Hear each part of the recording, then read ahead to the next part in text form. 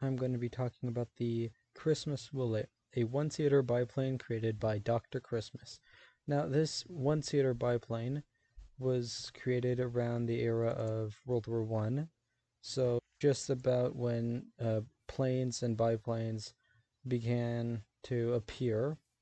It was still in the infancy of plane design and all that fun stuff, and so Dr. Christmas, being inspired by the Wright brothers' plane, decided to build one of his own. This plane would later on be known as the Christmas Bullet, for reasons I will mention later on.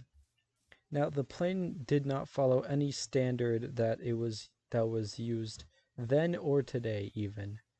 It was a biplane meant to have its wings flap in the air like a bird's, as none of the wiring used to keep both wings on were there. It used the materials not known for its flexibility, and its original intention, funnily enough, as a one-seater biplane, was to kidnap Wilhelm Kaiser II. Now Wilhelm Kaiser II is another person, so the only possible way that it would be able to carry said other person would either to be strapping it to the wings or by the fuselage, which I don't think would work well, seeing how both test flights it was a part of failed miserably. Now, the way it got its engine in the first place was by the US military, as well, it was a biplane and the war was going on, so they needed planes, whether they are designed to fly, like other planes, or just destined to fail, such as this one. Now, the Christmas Bullet was not, in fact, a well-designed plane, but it still managed to. Well, Dr. Christmas still managed to convince the U.S. military to give him an engine, which was very surprising, seeing how during World War One engines were sparse and were being used for the planes that were designed to work already. Now, Dr. Christmas, after building his first prototype and plane, had immediately searched for a pilot to test his plane. Although almost no one believed the plane would work until one pilot came along. Now, this pilot, probably wanting to make history, sadly did in fact make history upon that date.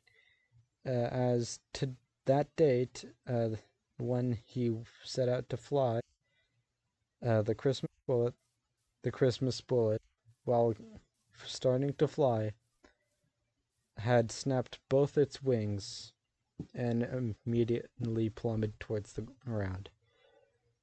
And then, immediately after said disaster, Dr. Christmas went to start building his second prototype. Now he needed to get a new engine from somewhere else, as he had not told the US military that the plane, first of all, had failed, and second of all, that the plane's engine could not be recovered from the crash.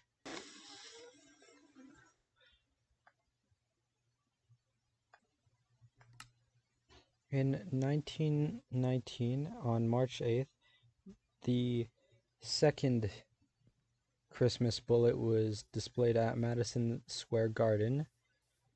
It was displayed as the first strutless biplane, and after its first test flight, it crashed, losing another test pilot, and the project was abandoned before the U.S. States Army service evaluation.